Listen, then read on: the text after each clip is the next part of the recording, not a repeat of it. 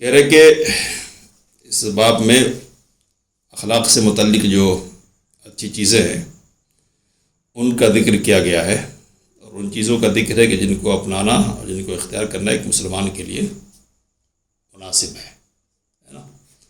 تو اب یہ کہیں گے کہ آداب سے متعلق ہے، اور آداب مطلب وہ لباس جس کو انسان پہنے تو خوبصورت دکھنے لگے، تو وہ چیزیں ہیں کہ جن کی بنیاد پر مادی طور پر اور معنوی طور پر انسان میں خوبصورتی آ جاتی ہے۔ اصل تو معنوی ہے، خوبصورت دکھنے لگتا ہے لوگوں کی نگاہ میں۔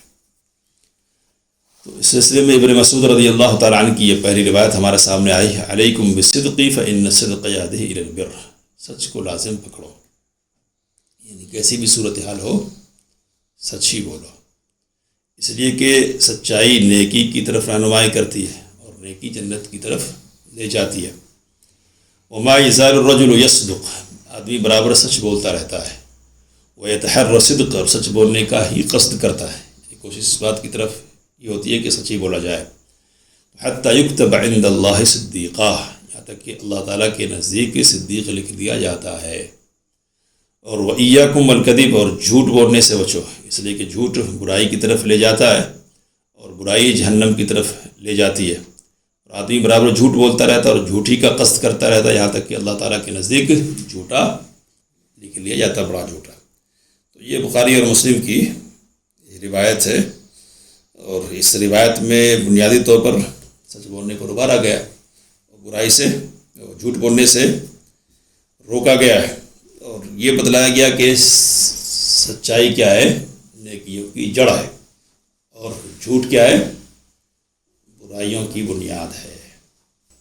جھوٹ بولنے سے بہت ساری برائیاں آ جاتی ہیں انسان کے اندر، ہے نا، اور سچ بولنے سے بہت ساری چیزوں سے آدمی اپنے آپ کو بچا لیتا ہے، کئی خوبیاں اس کے اندر پیدا ہو جاتی ہیں، ذمہ دار ہو جاتا ہے وہ۔ اور جھوٹ بولے تو کوئی نہ کوئی بہانہ چونکہ ڈھونڈ لیتا ہے وہ جھوٹ کی بنیاد پہ، تو دوسری جو ذمہ داری اس کی ہوتی ہے نا، ان کی ادائیگی میں بھی کوتاہ ہو جاتا ہے وہ، اور سمجھتا کہ جھوٹ بولنے کی بنیاد پر ہم کام چلا لیں گے۔ کہہ رہے کہ سچ اور جھوٹ کا استعمال جس طرح اقوال میں ہوتا ہے اسی طرح افعال میں بھی ہوتا ہے۔ اقوال میں سچ اور جھوٹ، سمجھ میں آ رہی بات، افعال میں بھی سچ اور جھوٹ ہوتا ہے۔ کہہ رہے کہ ربما یکون الکذب فی الافعال اشد خطرہ واقوی تاثیرا، افعال کا جو جھوٹ ہوتا ہے نا، افعال میں وہ زیادہ خطرناک ہوتا ہے اقوال کے جھوٹ کے مقابلے میں۔ کبھی اللہ تعالیٰ نے قرآن کریم میں حضرت یوسف علیہ السلام کے بھائیوں کا اقوال اور افعال دونوں نقل کیے ہیں، تو کہا کہ وَجَاءُوا أَبَاهُمْ عِشَاءً يَبْكُونَ، عشاء کے وقت باپ کے پاس روتے ہوئے آئے، تو یہ قول کا جھوٹ ہے یہ۔ اور اس کے بعد کہ وَجَاءُوا عَلَىٰ قَمِيصِهِ بِدَمٍ كَذِبٍ، اور یوسف علیہ السلام کی قمیص پر جھوٹا خون لگا کر لائے، تو یہ کیا ہے، فعل کا جھوٹ ہے، ٹھیک ہے۔ تو دونوں جھوٹ سے بچنا چاہیے، قول اور فعل دونوں کا جھوٹ۔ منہ سے تو نہیں کہتے لیکن ایسا سجا ہو جا کے آتے کہ سمجھ میں آئے کہ کہیں اچھی جگہ سے آ رہا ہے کہ نہیں۔ تو فلم دیکھ کے آئے، فلم ہال میں، اس کا تو بڑا سا ٹھیک ہے، تو یہ بھی کیا، یہ کس کا جھوٹ ہے، فعل کا جھوٹ ہے۔ تو اس جھوٹ کی بنیاد پر ہم ایک جرم کا ارتکاب کر لیتے ہیں اور اس کو ہضم کر لینے کی کوشش کرتے ہیں۔ اس کے بعد کیا ہے، وَوَرَدَتِ السُّنَّةُ بِالتَّرْخِيصِ بِالْكَذِبِ فِي الْحَرْبِ وَإِصْلَاحِ ذَاتِ الْبَيْنِ، شریعت نے جھوٹ بولنے کی رخصت دی ہے جنگ میں اور لوگوں کے درمیان اصلاح کروانے میں۔ اور ایک تیسرا مقام بھی ہے، کیا ہے وہ، تو میاں بیوی کا آپس میں جھوٹ بولنا۔ کہتے ہیں کہ نبی صلی اللہ علیہ وسلم نے ارشاد فرمایا کہ ليس الكذاب الذي يصلح بين الناس، جھوٹا نہیں ہے وہ شخص جو لوگوں کے درمیان اصلاح کرواتا ہے، يقول خیرا، خیر کی بات کرتا ہے اور خیر کی بات پہنچاتا ہے۔ قال ابن شہاب، امام ابن شہاب زہری رحمۃ اللہ علیہ کہتے کہ ولم اسمع یرخص فی شیء مما یقول الناس، میں نے نہیں سنا کہ رخصت دی جاتی ہو کسی چیز میں لوگوں کی باتوں میں سے جھوٹ کی، الا فی ثلاث، سوائے 3 چیزوں کے، الحرب والاصلاح بین الناس وحدیث الرجل امرأتہ وحدیث المرأة زوجہ، ٹھیک ہے، جنگ میں آپس میں اصلاح کروانے کے سلسلے میں، اور عورت کا اپنے شوہر کو اور شوہر کا اپنی بیوی کو بات کرنے میں۔ تو یہ 3 مقامات ہے کہ جہاں جھوٹ بول سکتے، تو جھوٹ کیسے بولیں گے؟ تو تعریض اور توریہ سے کام لینا چاہیے، کام چلانا چاہیے، تعریض اور توریہ سے، صریح جھوٹ سے یہاں بھی بچنا چاہیے، صریح جھوٹ سے۔ نبی صلی اللہ علیہ وسلم جب ایک غزوے کا ارادہ کرتے وہ بغیر توریہ فرماتے تھے آپ صلی اللہ علیہ وسلم، یعنی ایسے الفاظ استعمال کرتے ہیں جن سے یہ سمجھ میں آتا کہ مشرق کو جانا ہے، حالانکہ جانا کدھر ہوتا تھا؟ مغرب کو ہوتا تھا۔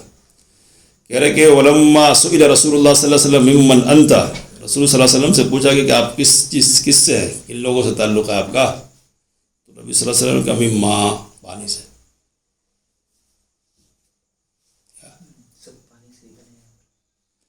تو اب یہ غزوہ بدر سے پہلے کی بات ہے، یہ حضرت ابو بکر اور نبی صلی اللہ علیہ وسلم یہ پتہ لگے کہ قافلہ کدھر گیا ہوگا، کہاں تک اس کی رسائی ہوئی ہے، گزر گیا نہیں گزر گیا۔ تو ایک بڈھے سے ملاقات ہوئی، بڈھے سے، تو اس سے پوچھا کہ یاد ایسے کوئی گیا کوئی قافلہ وغیرہ؟ تو کہا کہ تم لوگ کون ہو؟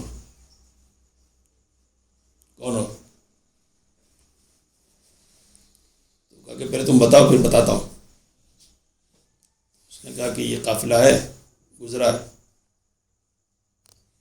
اگر اس نے قیام کیا ہو کہیں تو فلاں جگہ پر ہوگا، اور نہیں کیا ہو تو فلاں جگہ پر ہوگا وغیرہ۔ تو یہ سن لیا، پھر وہ پوچھنے لگا آپ کون ہو؟ ممن انت، آپ لوگ کون ہو؟ تو کہا مما، اب وہ کہہ رہا مما العراق، مما الفلاں، جب تک وہ کہہ رہا تو ادھر دونوں چلے آئے، روانہ ہو گئے۔ تو یہ توریہ ہے، مما ہے نا، صریح جھوٹ سے بچنا ہے۔ اسی طرح حضرت ابوبکر رضی اللہ تعالی عنہ سے پوچھا گیا ہجرت کے سفر میں،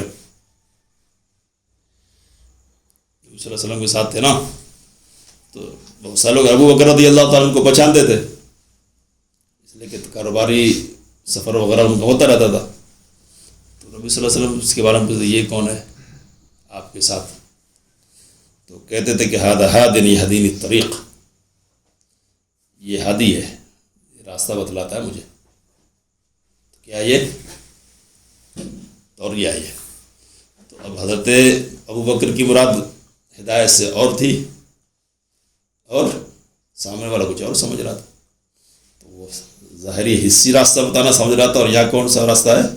معنوی ہے، روحانی راستہ ہے نا۔ تو اس طرح توریہ سے کام لیتے تھے۔ کہہ رہے کہ وَلِلْمُسْلِمِ أَنْ يَسْتَعْمِلَ التَّوْرِيَ عِنْدَ الْحَاجَةِ، ضرورت کے وقت مسلمان کو توریہ سے کام لینا چاہیے۔